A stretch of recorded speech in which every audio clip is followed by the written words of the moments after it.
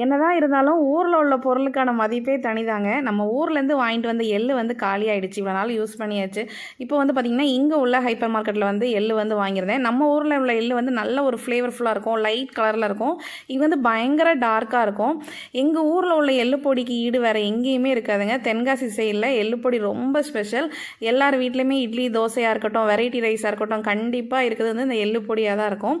So அதுதான் வந்து இன்றைக்கி ப்ரிப்பேர் பண்ணிகிட்டு இருந்தேன். மார்னிங் பிரேக்ஃபாஸ்ட்டுக்கு வந்து பார்த்திங்க அப்படின்னா பசங்க எல்லாருக்குமே வந்து ஓட்ஸ் அதுக்கப்புறம் ப்ரக்கோலி போட்டு கஞ்சி வந்து பண்ணியிருந்தேன். இந்த ப்ரக்கோலி வந்து நீங்கள் இந்த மாதிரி கஞ்சியாவோ சூப்பாவோ வச்சு ட்ரை பண்ணி பாருங்கள், ரொம்ப சூப்பராக இருக்கும்.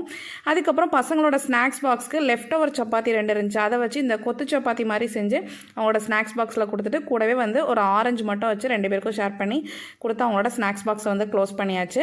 லஞ்சுக்கு வந்து இன்றைக்கி டியூஸ்டே கொஞ்சம் ரொம்ப லேசியாக இருந்துச்சு. அது மட்டும் இல்லாமல் இன்றைக்கி வந்து ஏதாவது ஒரு வெரைட்டி ரைஸ் பண்ணலாங்கிறதுக்காக சாம்பார் சாதம் தான் பண்ணியிருந்தேன். காய்கறிகள் எல்லாம் போட்டு சாம்பார் சாதம். இது கூட எங்கள் ஊர் ஸ்பெஷல் எள்ளுப்பொடி, ரெண்டுக்கும் காம்பினேஷன் ரொம்ப அல்டிமேட்டாக இருக்கும். ட்ரை பண்ணி பார்க்கலாம், ட்ரை பண்ணி பாருங்கள். ரெசிபி கண்டிப்பாக நம்ம சேனலில் இருக்குது, செக் பண்ணியும் பாருங்கள். நெக்ஸ்ட் ஒரு சூப்பரான வீடியோவில் பார்க்குறேன். தேங்க்யூ, பாய்.